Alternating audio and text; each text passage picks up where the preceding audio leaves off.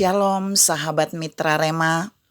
Hari ini kita akan sama-sama mendengarkan firman Tuhan yang terambil dalam Injil Yohanes 2 ayat yang keempat yang berkata demikian. Kata Yesus kepadanya, "Mau apakah engkau daripadaku, Ibu?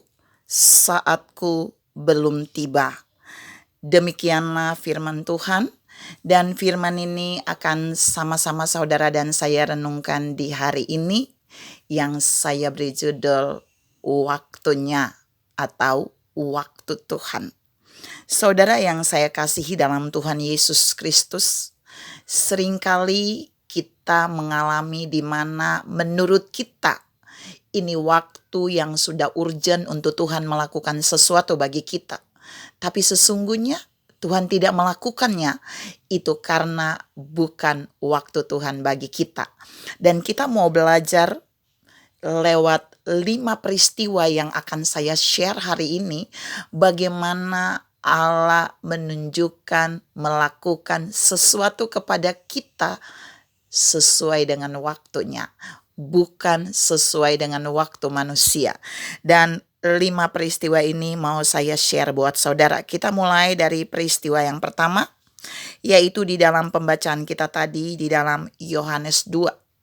Di sana Maria, ibu Yesus, yang mendekati Yesus untuk menyampaikan bahwa keluarga yang punya pesta di Kana, mereka kehabisan dan kekurangan anggur. Nah, poin 1 ini kita mau lihat bagaimana waktunya untuk mengubah dari kekurangan menjadi kelimpahan. Jadi ketika Maria meminta Yesus untuk melihat bahwa mereka hampir kehabisan anggur, Yesus bilang, "Waktuku belum tiba, saatku belum tiba." Yesus tidak langsung membuat mujizat itu. Walaupun sudah urgent, anggur hampir habis dan ini pesta pernikahan. Yesus menunggu waktu surga. Setelah itu baru kemudian Yesus mulai bertindak dengan banyak hal. Menyuruh pelayan mengisi penuh tempayang-tempayang itu dan seterusnya. Dan endingnya terjadi mujizat di keluarga yang sedang melakukan pesta pernikahan. Waktu Yesus mengubah air menjadi anggur, itu bukan waktu yang ditentukan oleh Maria, tapi waktunya yang surga tentukan bagi dia. Terkadang saudara dan saya sudah kepepet, sudah mau habis persiapan kita dalam bentuk apa saja. Lalu kita mulai mendesak Tuhan seperti Maria. Tapi kita yang diingatkan hari ini di poin pertama, Tuhan akan melakukan mujizat. Dia bisa mengubah kekurangan kita menjadi kelimpahan di waktunya, bukan di waktu kita. Jadi, menunggu waktu Tuhan. Yang kedua, saudara dan saya nanti baca di dalam Markus 6 ayat 48. Waktu Yesus menyuruh para murid terlebih dahulu pergi meninggalkan dia dengan menggunakan perahu.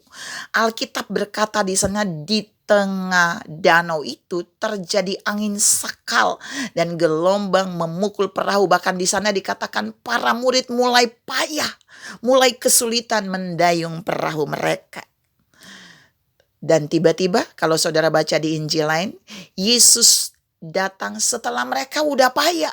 Setelah mereka udah dihantam oleh gelombang dan angin sakal, Yesus datang berjalan di atas air. Perhatikan saudara, harusnya pada waktu Yesus datang dan berjalan di atas air dan ketika para murid sudah payah dihantam badai dan gelombang, harusnya Yesus meneduhkan badai itu kan?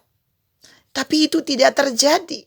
Masih ada waktu yang lama di mana Yesus masih menyuruh Petrus keluar dari perahu. Lalu dia menyuruh Petrus berjalan di atas air.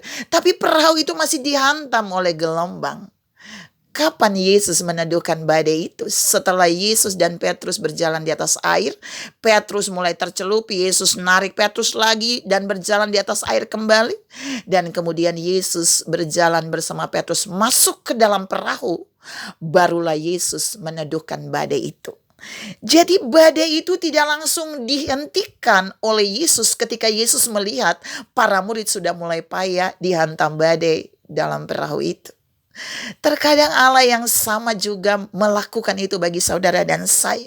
Saudara mungkin sudah merasa capek dengan hantaman masalah persoalan hidup yang datang. Seakan Tuhan itu tidak bertindak, tapi ingat, Dia akan bertindak saat waktunya tiba. Seperti Dia masuk ke dalam perahu bersama Petrus, baru Dia bisa meneduhkan badai itu. Baru Dia mau meneduhkan badai itu. Dia tidak mau manusia mengontrol waktunya untuk melakukan mujizat. Dan Tuhan mau bilang di poin yang kedua, Dia punya waktu untuk membuat saudara dan saya melihat Dia meneduhkan badai dalam kehidupan kita. Dia meneduhkan badai yang menghantam kehidupan kita. Yang ketiga adalah waktu Tuhan. Waktu Tuhan untuk menyembuhkan. Kita bisa baca di dalam Lukas 8 ayat 41 sampai ayat 42. Kalau saudara lihat inti cerita itu adalah anak Yairus yang sakit. Lalu Yairus datang kepada Yesus, Yairus sujud kepada Yesus, dan Yesus pun berjalan bersama Yairus menuju ke rumah Yairus. Menurut Yairus dan orang-orang lain, pasti Yesus langsung datang ke rumah Yairus, dan itulah waktu di mana Yesus menyembuhkan anak Yairus. Ternyata enggak, saudara. Ternyata di perjalanan ada iklannya. Ada perempuan yang sakit pendarahan 12 tahun menyentuh jubah Yesus, dan kemudian Yesus mencari siapa yang menyembuhkannya karena ada kuasa yang keluar daripadanya, dan terjadi ada komunikasi yang cukup lama di sana. Sampai para murid bilang, ya banyak orang yang berbondong-bondong menyentuh Yesus. Mau cari di mana itu yang menyentuh? Terjadi banyak waktu terbuang di sana, saudara.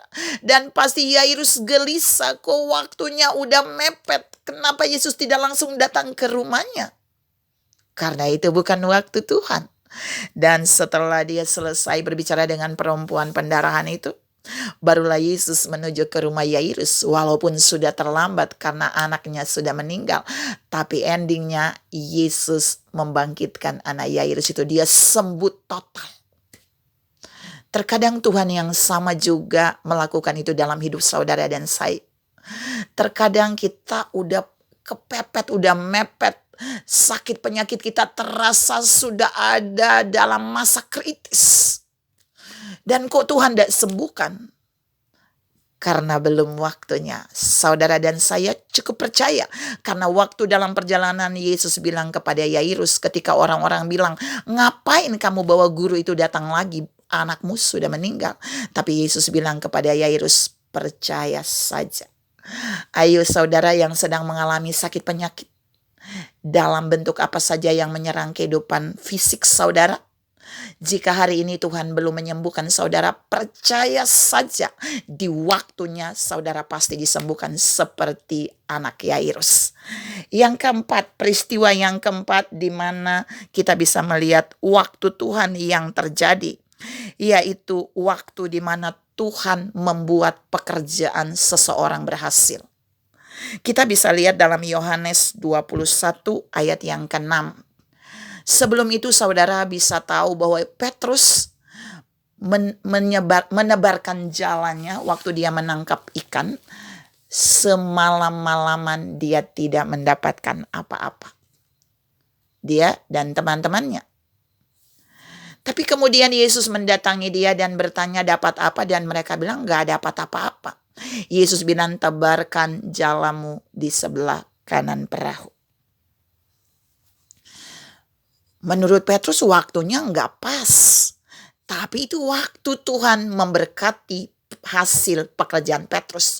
Dan waktu Petrus menebarkan jalannya, maka dia mendapatkan ikan yang sangat banyak di dalam jalannya sampai perahunya hampir tenggelam. Perhatikan saudara, waktu Tuhan untuk memberkati pekerjaan seseorang itu berbeda dengan seseorang berusaha untuk membuat pekerjaannya diberkati. Saya ulangi, waktu Tuhan untuk memberkati hasil pekerjaan kita itu berbeda dengan kita berusaha supaya pekerjaan kita diberkati. Karena waktu Tuhan itu pasti yang terbaik. Yang terakhir, waktu untuk Tuhan mengadakan uang, membuat uang itu ada. Berbeda dengan waktu kita. Saudara bisa baca di dalam Matius 17 ayat 27. Waktu Yesus suruh Petrus dan murid-muridnya harus membayar pajak bait Allah, Yesus tidak suruh mereka mengambil uang dari kas.